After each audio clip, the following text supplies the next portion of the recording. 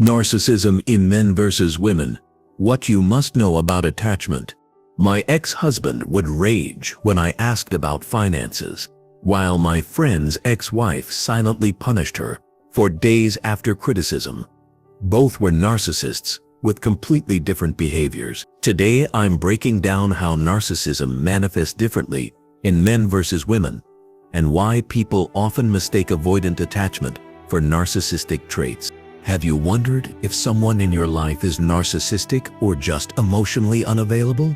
This video will provide the clarity you're seeking. I'll share my own journey navigating these relationships, explore the specific patterns, unpack the psychological roots, and equip you with powerful tools to protect yourself in either situation. Understanding narcissism, the basics. Before we go deeper into gender differences, let's get clear on what narcissism actually is. Narcissism isn't just a label for someone who takes too many selfies or talks about themselves a lot. It's a specific pattern of behaviors centered around an excessive focus on oneself at the expense of others.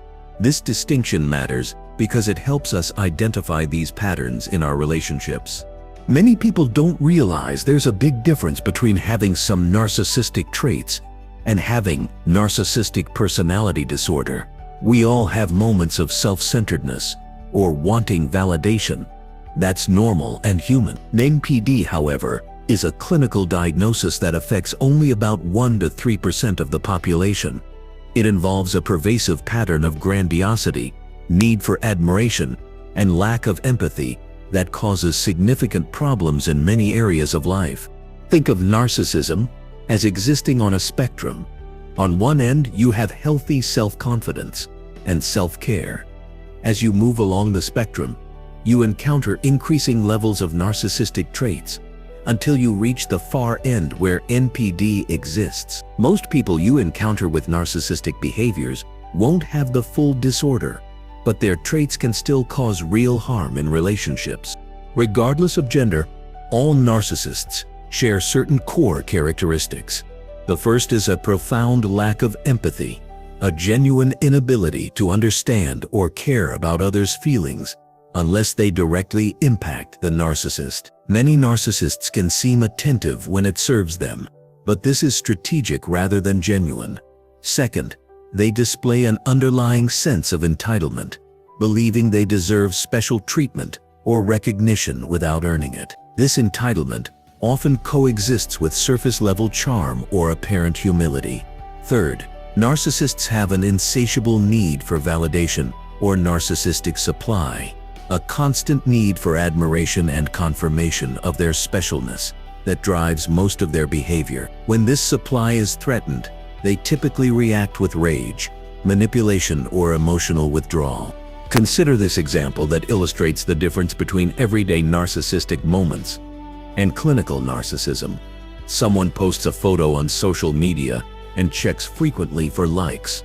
That's normal behavior today. But imagine that same person becomes visibly upset when their post doesn't get enough attention, questions their friendships, creates drama to regain attention, and shows no concern for how their reaction affects others.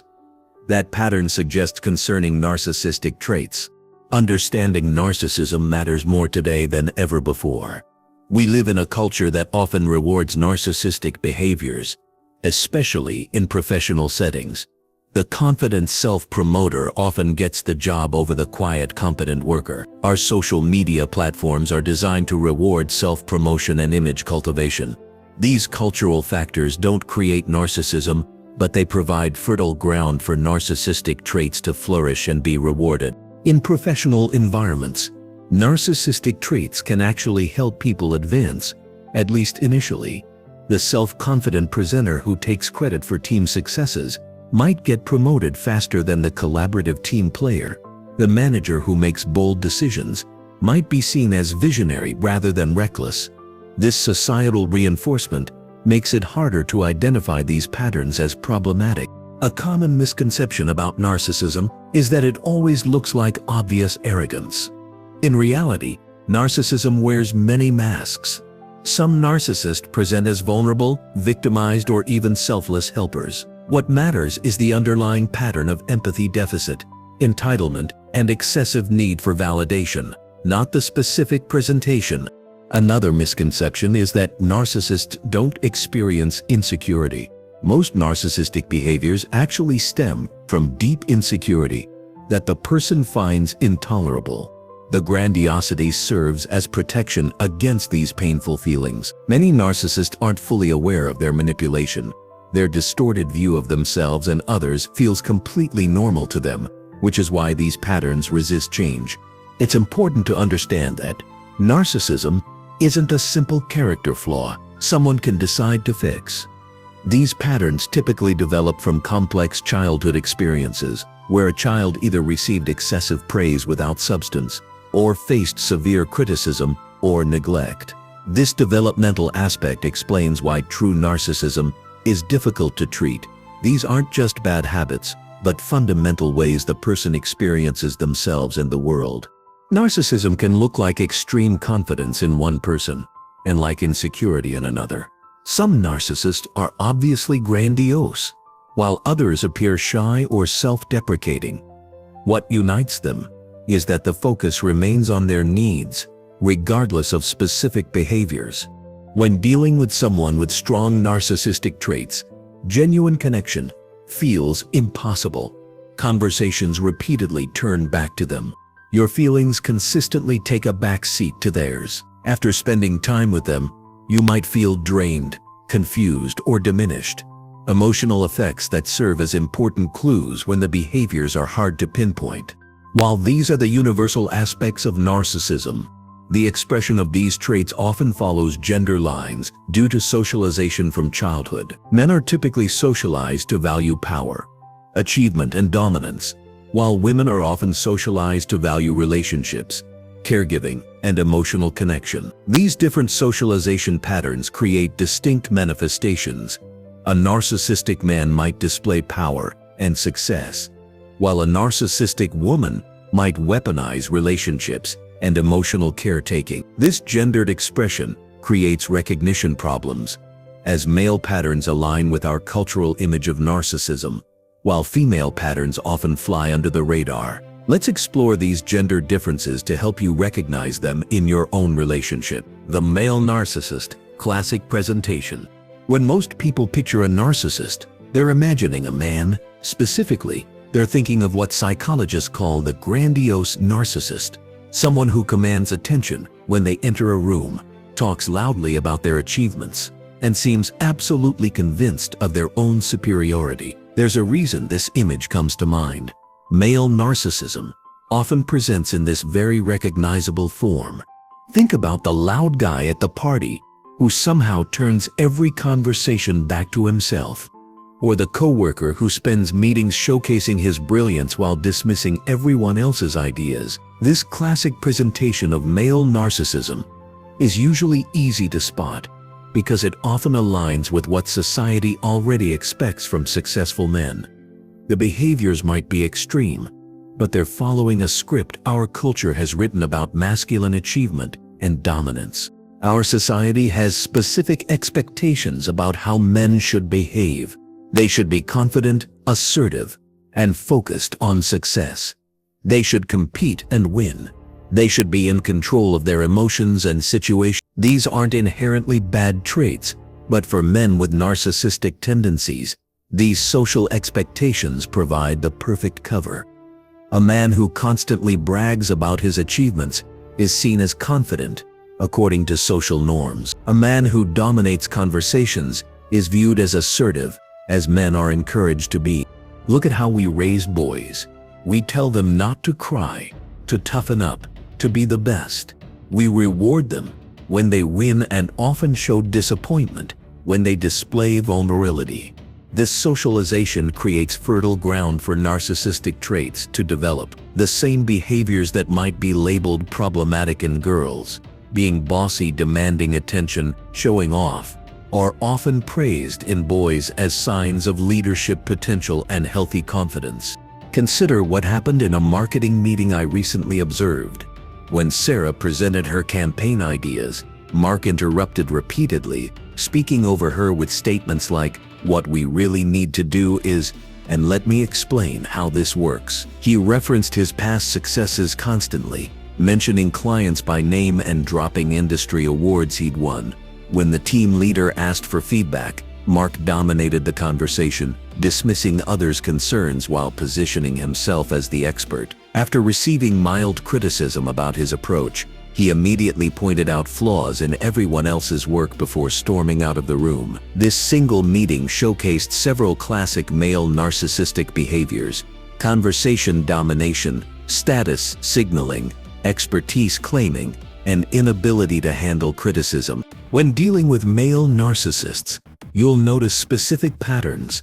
They name-drop important people and center stories around status symbols, expensive possessions, exclusive experiences, important projects. In groups, they position themselves as experts on all topics, changing the subject if they can't dominate the discussion.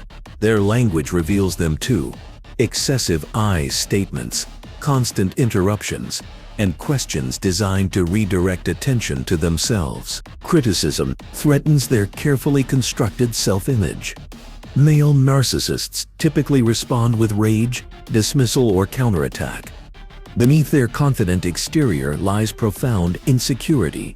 Any suggestion of imperfection feels like an attack on their entire identity. They lack the emotional tools to process criticism constructively because they've spent a lifetime avoiding genuine vulnerability.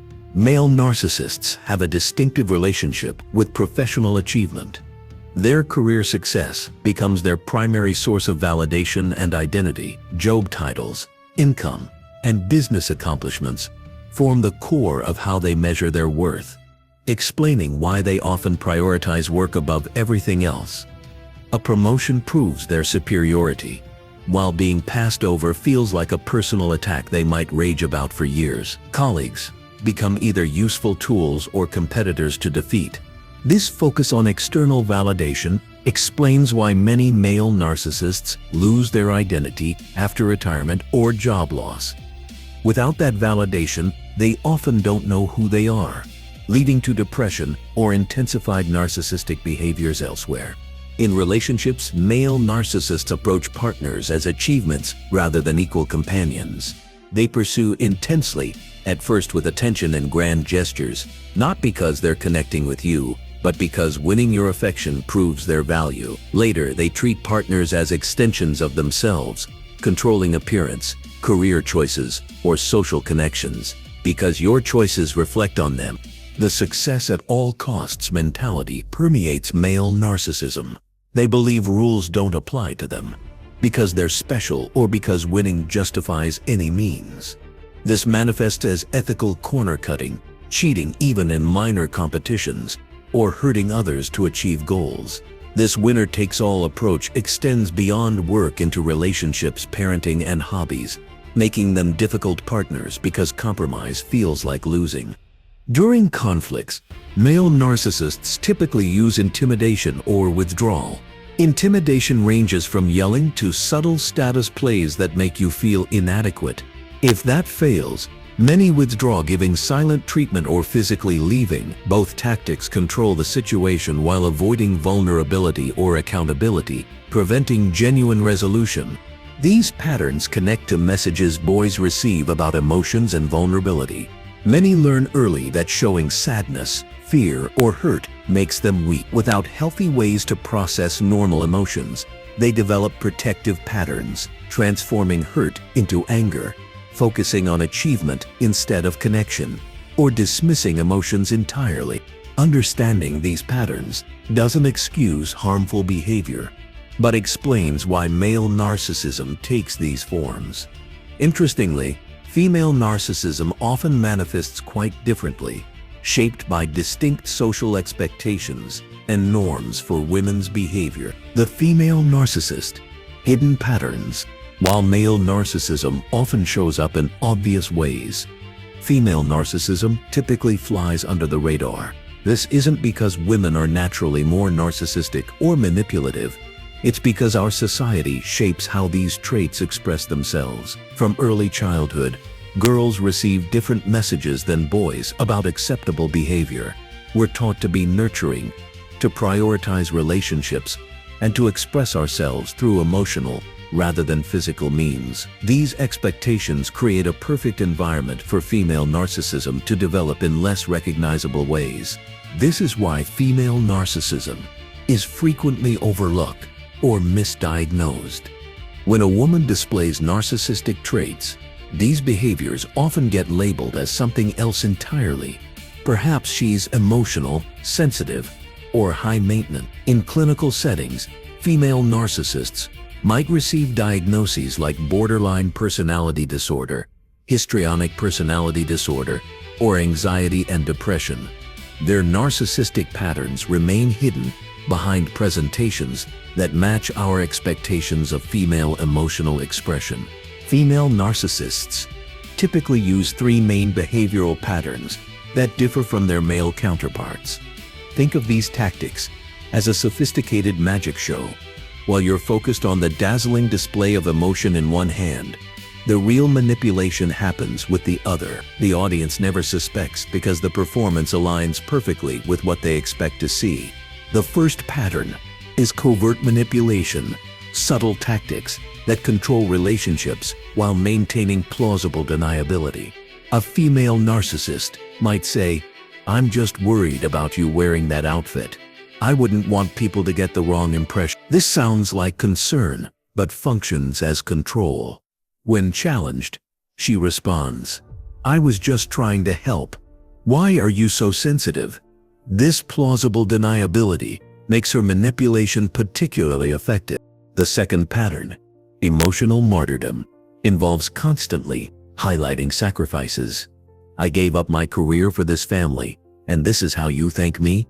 These statements create guilt and obligation, keeping others trapped in a cycle of trying to repay an emotional debt that can never be satisfied. The third pattern, competitive victimhood, redirects every conversation about others' struggles to the narcissist's greater suffering. If you mention having a rough day, she immediately responds with her worst experience. This consistent pattern of one-upping others' pain maintains her victim status. When faced with criticism, female narcissists typically respond with emotional withdrawal and a silent treatment rather than rage. This emotional abandonment serves as punishment and creates anxiety in others, who often end up apologizing even when they've done nothing wrong. Female narcissists excel at creating relationship dynamics that maintain their control. Triangulation is common. They tell you what others supposedly said about you, pit people against each other, or bring in outside opinions to validate their position. They also employ loyalty tests to ensure they remain central in relationships, from sharing false secrets to creating arbitrary rules to test commitment. Unlike male narcissists who often seek validation through professional achievements, female narcissists typically focus on appearance, relationships, or caregiving roles. Their physical attractiveness might become an obsession.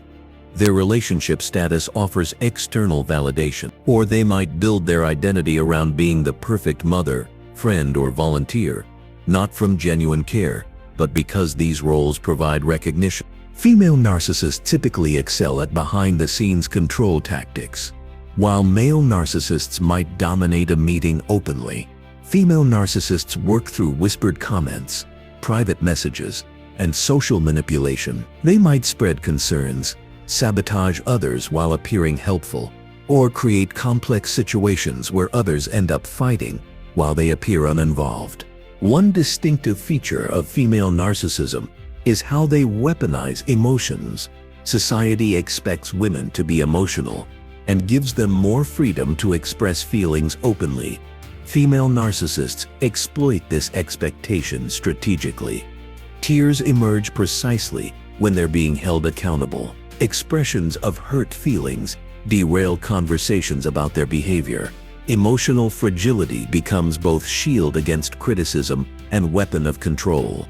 This emotional manipulation is effective because it leverages societal conditioning. When a woman cries or expresses hurt, our instinct is often to comfort rather than continue a difficult conversation. This gives female narcissists a powerful tool for avoiding accountability. Many female narcissists present as communal narcissists. Individuals who gain narcissistic supply through being seen as helpful or caring.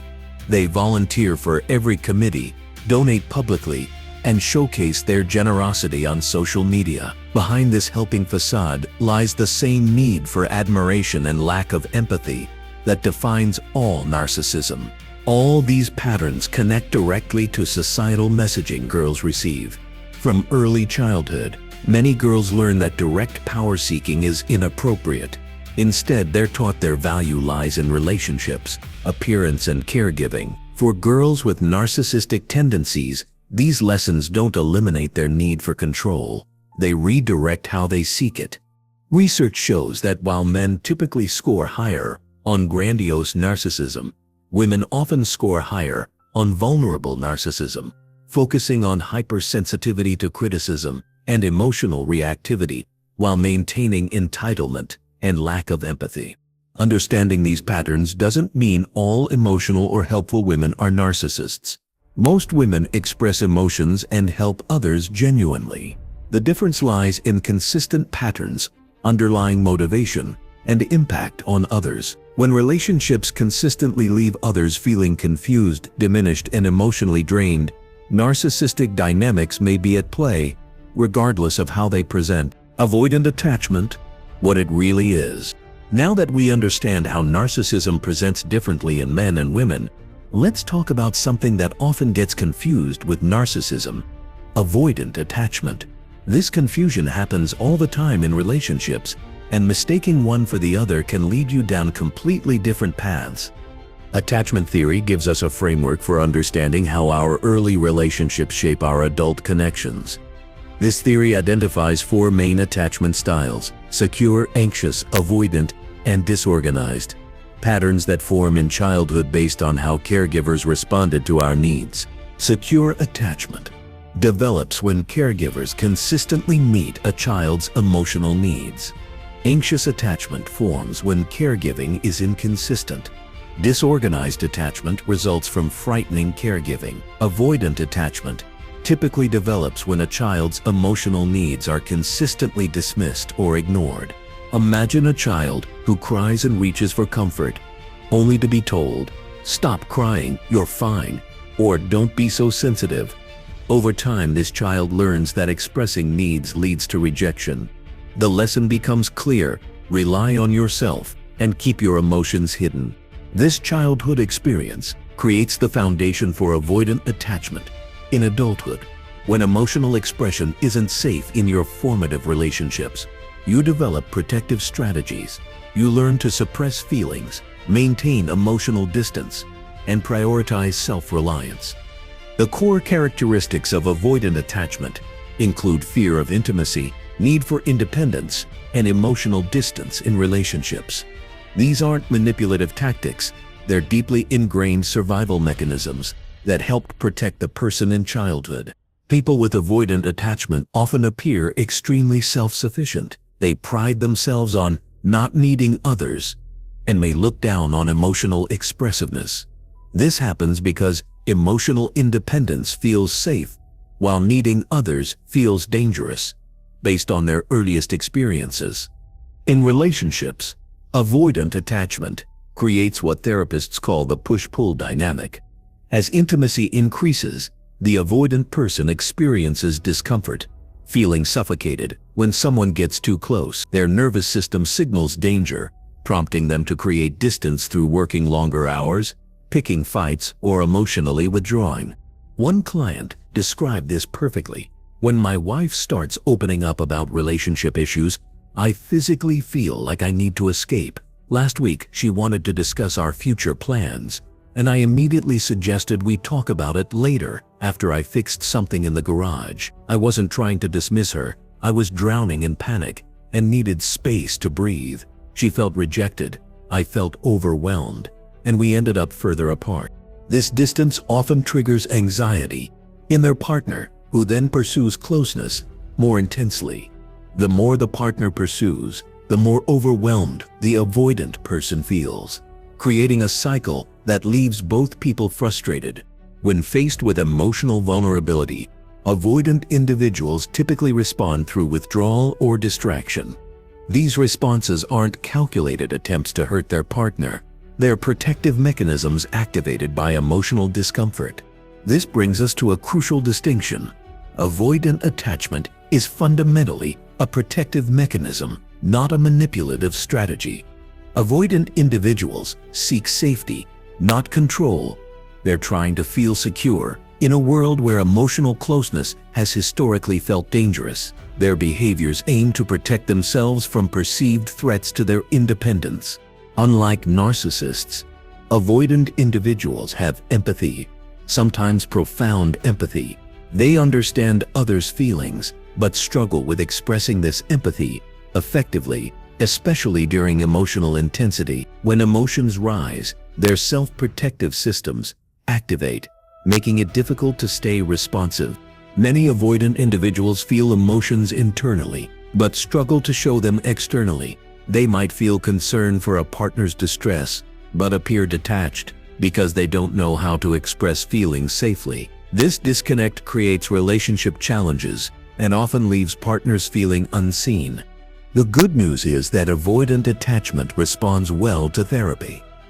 Unlike narcissistic personality disorder, avoidant patterns can shift substantially with the right support. Therapy can help avoidant individuals understand their patterns, develop emotional awareness, and build tolerance for intimacy.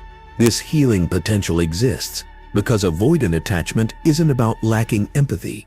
It's about fear and protective patterns that can be addressed through safe relationships and support. With patience, many avoidant individuals develop more secure attachment patterns over time. On the surface, avoidant attachment can look similar to narcissism. Both involve emotional distance and behaviors that hurt partners. Both can leave loved ones feeling unimportant. But these similarities are superficial. The underlying motivations are completely different. Avoidant individuals distance themselves because closeness threatens their sense of safety. Narcissists distance themselves because intimacy threatens their self-image and exposes insecurities. Avoidant individuals want connection, but fear it simultaneously. Narcissists want admiration, but aren't interested in genuine connection, requiring vulnerability. Most importantly, avoidant attachment is about self-protection, while narcissism is about self-elevation. The avoidant person seeks safety. The narcissist seeks superiority or punishes others for inadequate admiration. This difference in motivation creates entirely different possibilities for healing. Understanding these differences matters in real relationships. With an avoidant partner, creating safety and building trust can lead to meaningful change. With a narcissistic partner, those approaches often lead to greater exploitation. You might wonder if you have avoidant tendencies yourself. Many people do, especially those raised in families where emotions weren't welcomed. Recognizing these patterns isn't shameful, but an opportunity for growth. Understanding your attachment style provides a roadmap for developing fulfilling relationships through self-education, therapy, or practicing emotional openness with safe people.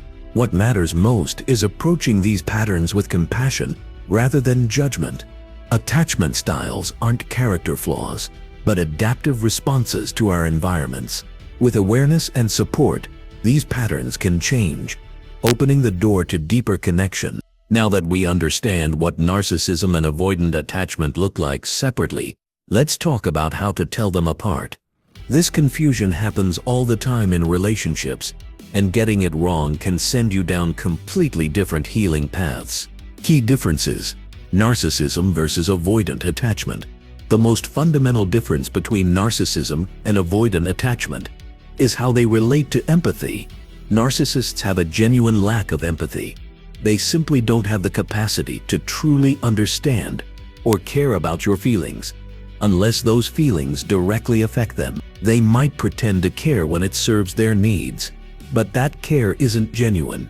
In contrast, avoidant individuals actually have empathy, sometimes quite deep empathy, but they suppress their emotional connections because feelings scare them. One client with avoidant attachment told me, "I feel everything so intensely that I have to shut down or I'll be overwhelmed." Narcissists seek admiration and validation. They need you to think they're special, exceptional, better than others. Their behaviors, whether charming or cruel, serve this need for superiority. The core motivations driving these patterns reflect this difference. Think of these patterns as two entirely different defense mechanisms. A narcissist is like a fortress, with high walls and an aggressive army that attacks anything threatening its image of greatness. An avoidant person is more like a submarine that dives deep underwater when danger approaches, not to attack, but to disappear until the threat passes. These differences manifest clearly in how they handle criticism. Avoidant individuals seek safety. Their emotional distance isn't about feeling superior. It's about protecting themselves from what feels like the danger of emotional closeness. They're trying to keep themselves safe from being hurt. Narcissists respond with rage, defensiveness, or emotional collapse when criticized. They might scream at you, tear you down to build themselves back up, or act completely devastated to make you feel guilty. Avoidant individuals typically withdraw or dismiss criticism.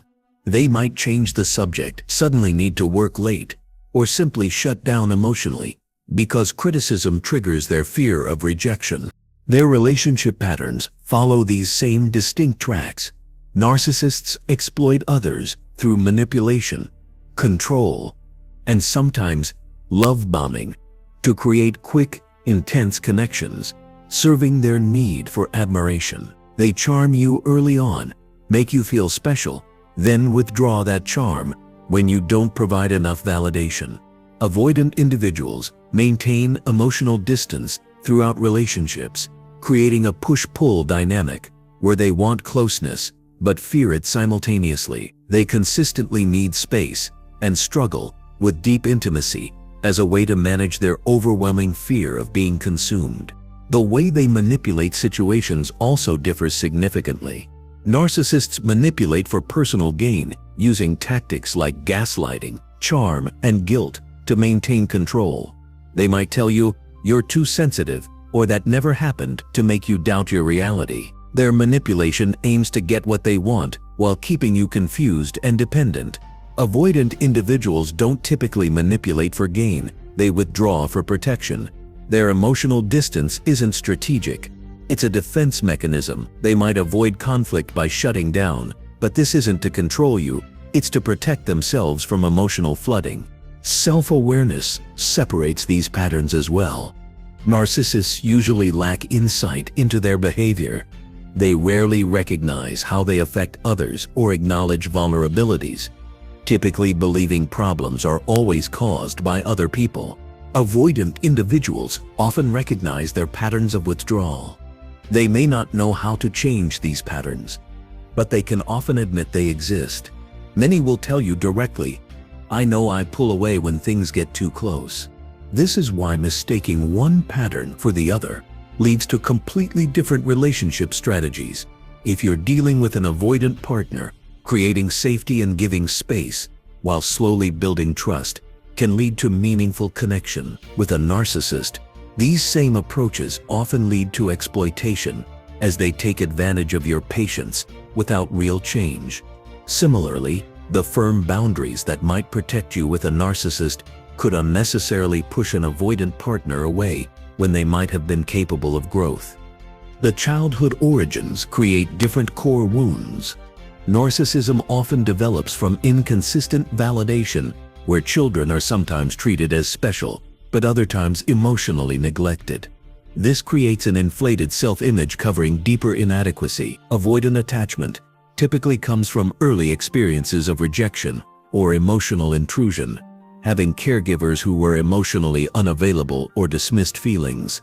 These different origins mean narcissists fear being ordinary, while avoidant individuals fear being consumed or abandoned. These differences affect how each pattern responds to therapy. Narcissism, especially at the personality disorder level, is resistant to change. Real change requires acknowledging behavior and taking responsibility, something threatening their entire self-concept. Avoidant attachment can improve significantly with support.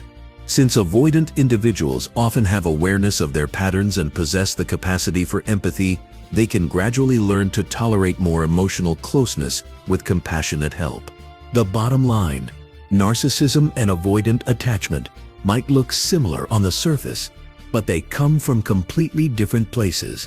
One stems from a fundamental lack of empathy and need for admiration. The other from fear and self-protection. Recognizing which pattern you're dealing with, whether in a partner or yourself, is the first step toward finding the right path forward.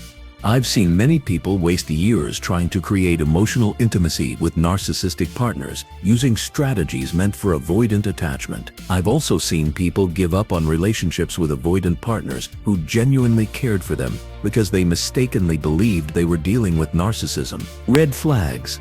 Male versus female. Narcissist. Before we look at gender-specific warning signs, let's talk about the red flags that show up in all narcissists. Regardless of gender, narcissists share certain core behaviors. They make everything about themselves, turning even your accomplishments or struggles into opportunities to center their own experiences. They use others for their own gain, lack genuine empathy, rarely apologize sincerely, and cannot handle criticism. When criticized, they either rage, dramatically collapse, or make you the villain.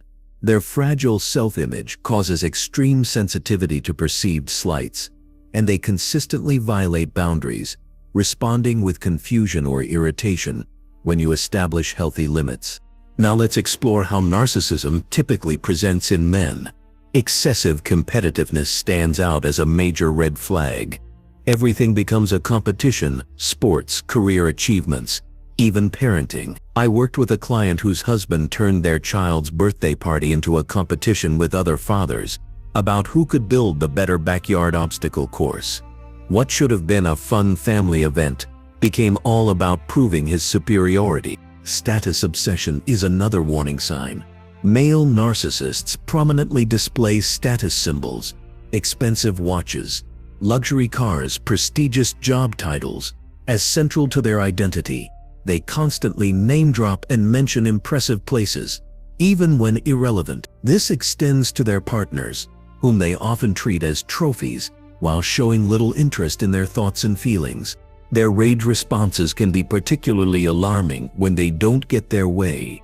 They may yell, physically intimidate, break things, or punish through prolonged silent treatment. One client shared that her narcissistic ex-husband punched a hole in the wall when she bought the wrong brand of coffee. This disproportionate rage over minor issues signals a pattern of using intimidation to maintain control. Female narcissism often manifests differently. Martyrdom is common. She constantly reminds others of her sacrifices.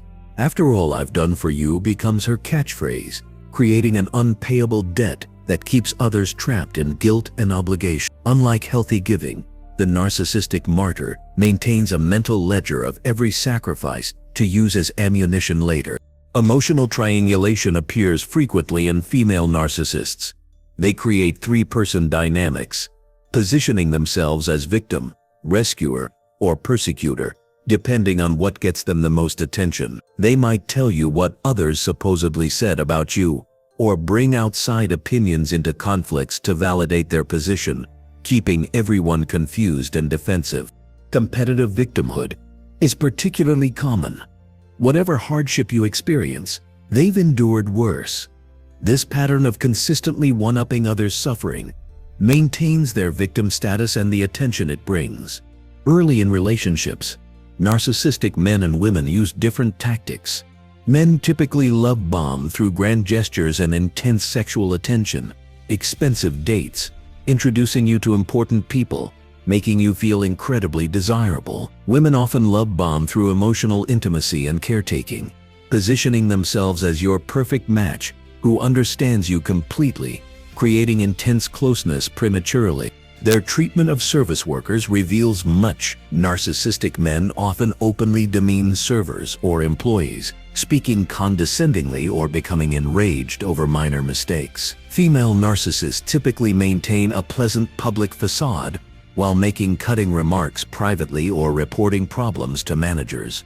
Both demonstrate their belief that certain people don't deserve basic respect. When thwarted, their responses often follow gender lines. Men typically become overtly controlling or intimidating, while women more often use emotional withdrawal, silent treatment, or tearful collapse. Both tactics avoid accountability while prioritizing their needs above yours. Their devaluation tactics differ too. Men often discard partners abruptly, sometimes immediately replacing them publicly to maximize hurt. Women typically engage in behind-the-scenes character assassination, spreading subtle rumors portraying themselves as victims while painting you as unstable or abusive. Both control the narrative to maintain their image at your expense. Narcissistic parenting shows gender differences, affecting children profoundly. Narcissistic fathers often treat children as extensions of themselves, pushing achievements that reflect well on them, while showing little interest in the child's emotional needs. Narcissistic mothers frequently enmesh with children, blurring boundaries by treating them as confidants or emotional supports. A client shared a telling example. Her narcissistic father only attended her basketball games when she was starting player, disappearing when she was benched with an injury. Her friend's narcissistic mother attended every game but made each one about her own anxiety, requiring her daughter to provide comfort before and after playing. Different behaviors, same self-focused pattern. Understanding these gender-specific patterns helps you recognize narcissism more quickly. Remember that while these behaviors often fall along gender lines, individual narcissists may show a mix regardless of gender. The key is recognizing the consistent pattern of self-focus, exploitation, and lack of empathy that defines all narcissism. If you're seeing multiple red flags in someone you care about, trust your intuition. Your confusion, walking on eggshells, and feeling drained after interactions aren't accidental. These warning signs exist to help you make informed choices about who deserves your time, trust, and emotional energy. Societal factors shaping gendered narcissism. To understand why narcissism looks different in men and women, we need to look at how society shapes us from childhood. Traditional gender roles create distinct paths for narcissistic traits to develop and express themselves. Boys are often raised to be strong, dominant, and achievement-focused. Girls are typically socialized to be nurturing, relationship-oriented, and emotionally attuned to others. These different expectations start early. Children's toys communicate powerful messages about worth. Boys receive action figures and competitive games emphasizing dominance, while girls get dolls and play kitchens centered on caregiving and social connection. When boys show vulnerability, they're told to man up, teaching them to suppress empathy, the very quality that protects against narcissism. Their value becomes tied to achievement and projecting strength. For boys with narcissistic tendencies, this environment fosters the grandiose presentation we associate with male narcissism. Girls receive different yet harmful messages, discouraged from direct power seeking with comments like "don't be bossy." They learn their value comes from relationships, appearance, and caring for others. Girls with narcissistic tendencies develop more covert expressions focused on relational control rather than overt achievement. Social media has transformed narcissistic expression along gender lines. Male narcissists gravitate toward platforms showcasing achievements and status, posting about accomplishments, important connections, and evidence of expertise or wealth. Female narcissists typically create carefully curated images of physical perfection or relationship success on image-centered platforms. Both seek the same validation, just through different culturally approved channels. The workplace reinforces these patterns by rewarding different behaviors. Male narcissistic traits like assertiveness and self-promotion are often mislabeled as leadership qualities. A man who dominates conversations might be called confident rather than narcissistic. Women face negative reactions for similar behaviors, so female narcissists adapt by using relationship manipulation, presenting as helpful while undermining others, or deploying emotional tactics strategically. These behaviors might be dismissed as office politics, rather than recognized as narcissism. Our cultural narratives about good mothers versus successful men directly shape these expressions. The ideal mother is selfless and devoted. The successful man is achievement-oriented and high status. These expectations create different acceptable outlets for narcissistic supply. Female narcissists often use motherhood as a source of validation, presenting as perfect mothers while treating children as extensions of themselves. Their social media becomes a showcase of family perfection, using their maternal role to control children and gain admiration, while appearing to fulfill the cultural ideal of sacrifice. Male narcissists more commonly seek validation through career achievements and public recognition. They pursue prestigious titles, wealth symbols, or authority positions, behaviors society rewards, while overlooking the narcissistic motivation. A workaholic who demands recognition might be labeled dedicated rather than seen as seeking narcissistic supply. Generational shifts are emerging in narcissistic expression. Digital natives have grown up with instant validation through likes and followers, creating expressions that sometimes cross traditional gender lines. Young men may focus more on appearance than previous generations, while young women more openly pursue status recognition. Recent studies indicate narcissism isn't necessarily increasing, but expressing itself in new ways. Constant exposure to curated lives online intensifies narcissistic behaviors in predisposed individuals.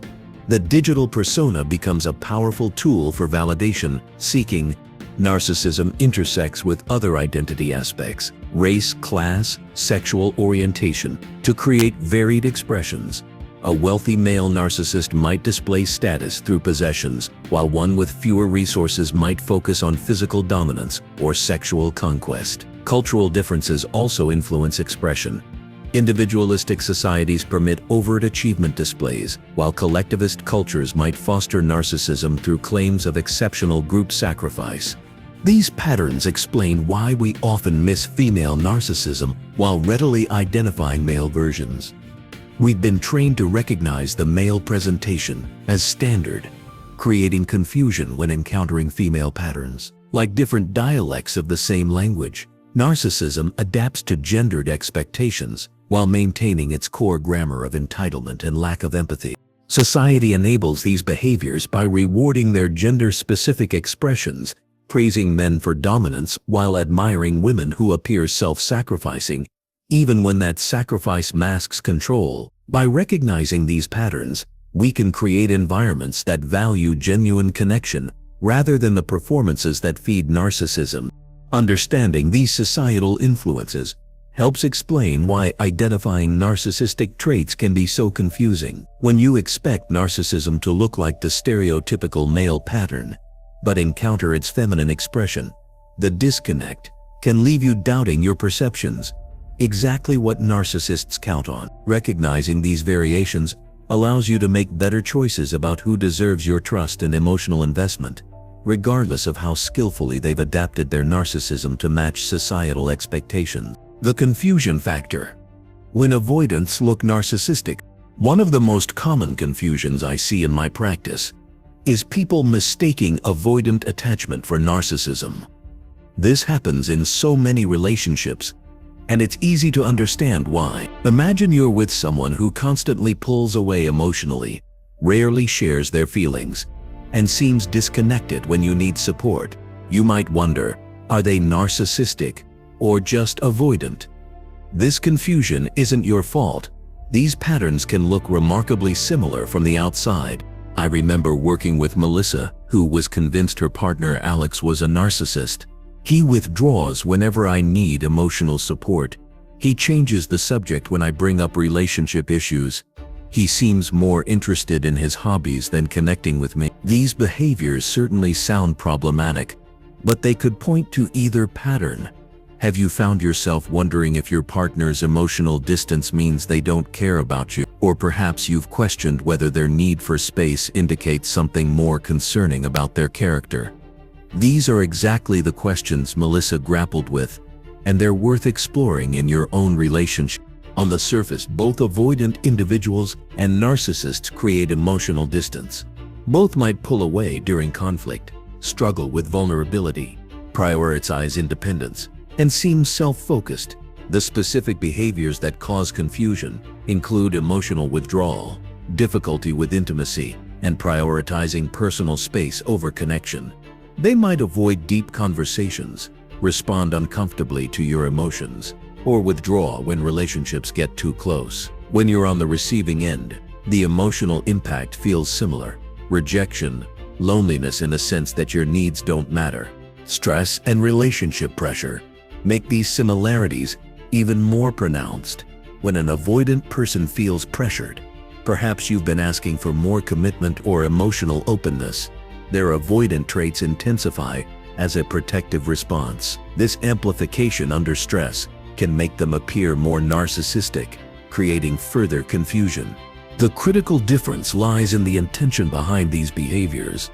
Avoidant individuals withdraw to protect themselves from the vulnerability of emotional closeness. They're trying to keep themselves safe from what feels threatening. Narcissists create distance to maintain control, feed their sense of superiority, or punish you for not providing enough admiration. One comes from fear, the other from a desire for power. Think of an avoidant person's withdrawal like fog rolling in. It's a natural response to certain conditions, creating distance as a protective blanket. The fog isn't intentionally hiding the landscape. It's simply responding to temperature changes. A narcissist's silent treatment, however, is more like a calculated rainstorm, deliberately unleashed to erode your confidence and wash away your boundaries.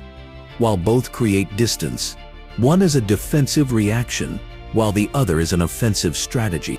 During silent treatment, an avoidant person is experiencing internal distress, anxiety, emotional flooding, or confusion about how to respond. A narcissist's silence is purposeful punishment. They're aware their silence hurts you, and that's the point. They want you to feel the pain of their disapproval, so you'll work harder to please them. Avoidant individuals often seem self-centered when they're actually just overwhelmed. When emotional demands feel intense, they focus on self-preservation. They might dismiss your feelings, not because they don't care, but because acknowledging your emotions requires facing their own discomfort. This differs fundamentally from narcissistic entitlement and lack of empathy, though both create similar feelings of being unseen in relationships. Misdiagnosing avoidant attachment as narcissism harms the healing process. If you approach an avoidant partner with strategies designed for narcissism, like rigid boundaries or confrontational communication, you'll likely trigger more withdrawal and confirm their fears that emotional closeness isn't safe. Conversely, if you mistake a narcissistic partner for someone with avoidant attachment, you might keep trying to create emotional safety with someone fundamentally uninterested in mutual vulnerability. How can you tell the difference? Pay attention to patterns over time, not individual incidents. Notice how the person responds when you're vulnerable. An avoidant person might seem uncomfortable, but show signs of caring, even if they don't respond effectively. A narcissist typically shows irritation, dismissal, or uses your vulnerability against you later. Look at their relationships with others. Avoidant individuals usually have a few close long-term relationships where they show care and consideration. Narcissists tend to have a trail of damaged relationships, frequent conflicts, and discarded people who were no longer useful. Notice their capacity for genuine interest in others. Avoidant people often show curiosity and care about others' well-being, even inconsistently. Narcissists typically only show interest when it serves them or presents an opportunity to talk about themselves. Each type requires completely different strategies. With avoidant partners, creating emotional safety, respecting their need for space, and gradually building trust can lead to growth and deeper connection. With narcissistic partners, strong boundaries, limited emotional investment, and understanding their inability to truly see you are necessary. Accurate identification matters because it leads to different paths forward. If you're with an avoidant partner who has capacity for empathy and growth, patience might lead to a fulfilling relationship. If you're with a narcissistic partner, that same patience often leads to years of emotional abuse and diminished self-worth. By understanding these differences, you can make informed choices about your relationships. You can recognize whether you're dealing with someone who's scared of connection but capable of it, or someone fundamentally unable to form genuine emotional bonds. Healing strategies: dealing with narcissism versus avoidant attachment. Now that we understand the differences between narcissism and avoidant attachment, let's talk about how to actually handle each situation. You need completely different approaches for these patterns because they come from different places. What works for an avoidant partner can actually make things worse with a narcissist, and strategies for narcissists can damage potential growth with an avoidant. When dealing with a male narcissist, you need strong, clear boundaries that specifically address their manipulation tactics. Stay firm without engaging in power struggles. When he tries to dominate conversations, calmly state, "I need to finish my thought before moving on." When he dismisses your feelings, respond with, "My feelings are valid, whether you understand them or not." Document everything to protect your sense of reality: texts, emails, notes with dates. Prepare for potential rage responses with a consistent plan, leaving the room or pausing the conversation. For female narcissists, boundary approaches need adjustment, as they often use emotional manipulation rather than direct intimidation.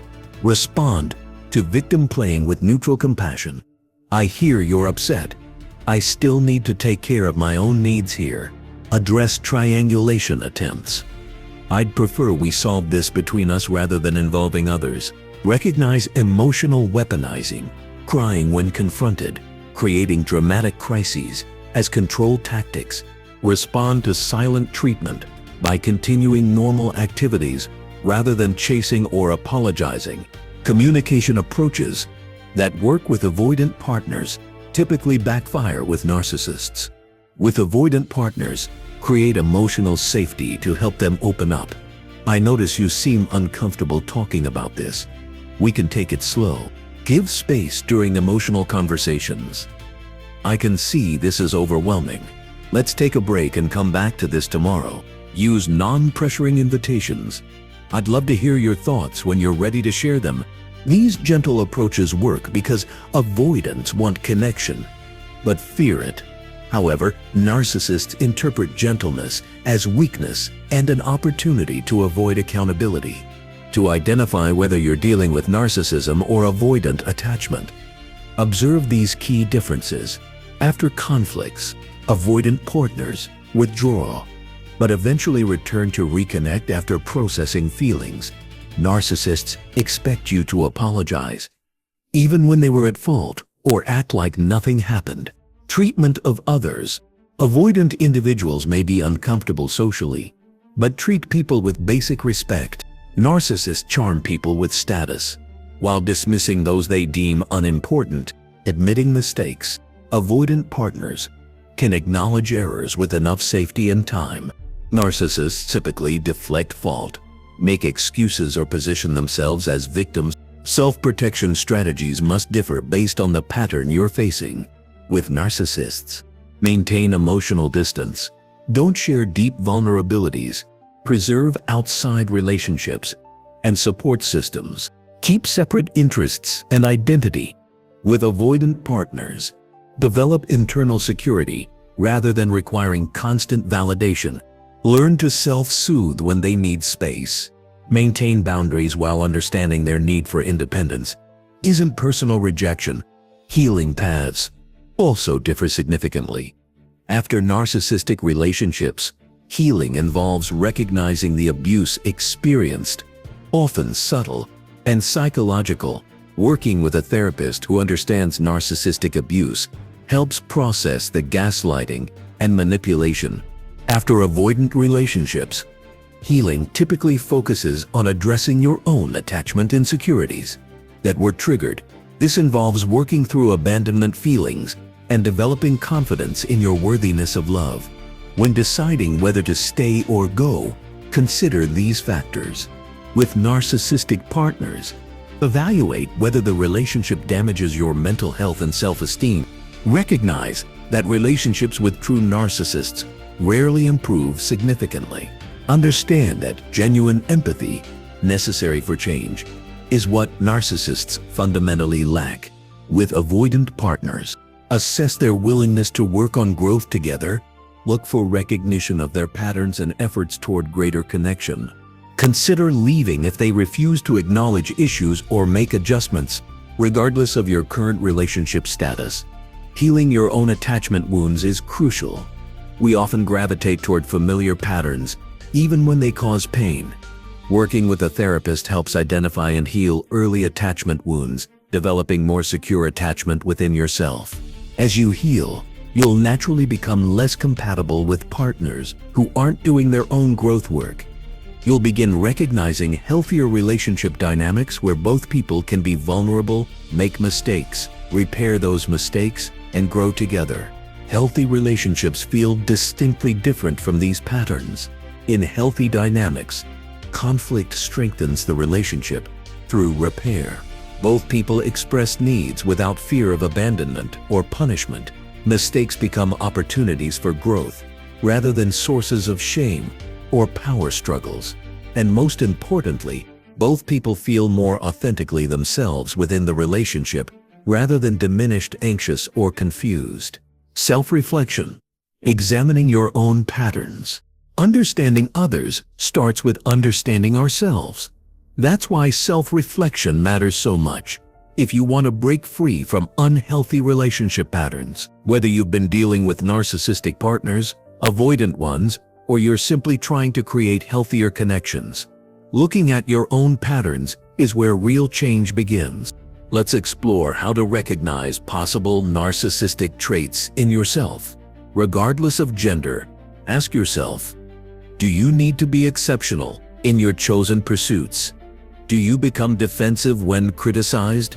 Do you feel constantly underappreciated? Do conversations often revolve around your accomplishments or problems? Do you need to be seen as the most attractive, caring, or put-together person in your circle? Do you feel competitive with friends or family members? These questions help identify narcissistic tendencies. But having some of these traits doesn't mean you have a personality disorder. We all experience moments of self-focus. The concern arises when these traits form a persistent pattern that damages your relationships. For identifying avoidant attachment patterns, consider: do you withdraw when relationships become too intimate, not to hurt others, but because you feel overwhelmed? Do you prioritize independence to the point of refusing help? Do you struggle to discuss feelings because they seem too intense? Do you care about others but freeze during emotional situations? These indicate avoidant attachment, a self-protective pattern different from narcissism. The distinction lies in your capacity for empathy and motivation. Avoidant individuals withdraw for self-protection, not to control or punish others. Our childhood experiences profoundly shape these patterns. Parents who made your worth contingent on achievements or appearance may have fostered narcissistic traits as your way to feel valued. If love depended on performance, you learned that acceptance was conditional, creating a persistent need to prove yourself. Conversely, if your emotional expressions were consistently dismissed with comments like "stop crying" or "toughen up," you likely developed avoidant attachment, learning that vulnerability led to rejection. I remember working with Alex, a successful executive who initially sought therapy because his partners kept leaving him for being emotionally unavailable. Through our sessions, he recognized his avoidant patterns stemmed from childhood. His father had ridiculed him whenever he showed weakness. The breakthrough came when Alex connected his automatic withdrawal during conflicts to his fear of vulnerability. By practicing staying present during difficult conversations, he gradually built a secure relationship for the first time. "I finally understand that my partner's emotions aren't a threat," he shared after 6 months. "I can be there for her without losing myself." Your attachment style explains your attraction to certain partners. With anxious attachment and fear of abandonment, you might gravitate toward avoidant or narcissistic individuals whose emotional distance feels familiar. The resulting push-pull dynamic may feel like love because it mirrors your early experiences. If you're avoidant, You might choose partners who demand little closeness, or paradoxically, extremely demanding partners who confirm your belief that relationships are overwhelming. It's crucial to distinguish between narcissism and avoidant behavior in partners. Someone who withdraws because they're emotionally overwhelmed differs from someone withdrawing to punish you. Consider, does your partner show empathy in other contexts? Do they care about your well-being, even expressed in non-emotional ways? Do they respect boundaries and treat others with kindness? Affirmative answers suggest avoidant attachment rather than narcissism, a distinction that transforms how you approach the relationship. Healing narcissistic patterns requires courage and commitment. The process begins with developing genuine self-awareness about how your behaviors affect others. Often requiring specialized therapy, the journey involves confronting painful feelings of shame or inadequacy beneath narcissistic defenses, learning self-validation instead of requiring external approval, and developing true empathy by recognizing others' independent needs. For those with avoidant attachment, healing requires building tolerance for emotional intimacy. This means learning that vulnerability isn't dangerous in healthy relationships, recognizing your emotions rather than suppressing them, and communicating needs instead of expecting others to intuit them. Small steps make significant progress. Try sharing one feeling daily with someone safe, staying present during emotional conversations, and moving toward connection when you notice yourself withdrawing. Therapy supports healing both patterns, though approaches differ. For narcissistic traits, therapy compassionately challenges defenses while building empathy. For avoidant attachment, therapy creates emotional safety while gradually increasing capacity for vulnerability. Finding a specialist in attachment or personality issues is essential. Awareness is only the beginning. Recognizing patterns doesn't automatically transform them, but empowers you to make different choices. When you notice yourself slipping into old behaviors, you can pause and choose a new response. This work demands effort, but offers tremendous rewards. As these patterns heal, you'll discover deeper, more authentic connections and experience the freedom of being your genuine self. Rather than constantly seeking validation or protection, you'll find that relationships can provide joy and growth instead of threat or disappointment. The path to healthier relationships begins with honest self-reflection. By understanding your patterns, you gain the power to create different outcomes. With awareness, support, and practice, you can build the genuine connections you've always wanted. Throughout this video, we've seen how narcissism shows up differently in men versus women, while also distinguishing it from avoidant attachment. Male narcissists often display grandiosity and status-seeking, while female narcissists typically use emotional manipulation and relationship control. Avoidant individuals, however, withdraw for protection rather than punishment. Getting this identification right matters deeply for your healing journey. Different approaches are required for each pattern. What works for avoidant attachment can backfire with narcissism. As you reflect on your relationships, remember Sarah, who found peace after correctly identifying her partner's patterns. You deserve relationships that feel safe, honest, and genuinely loving. Understanding these differences empowers you to create them.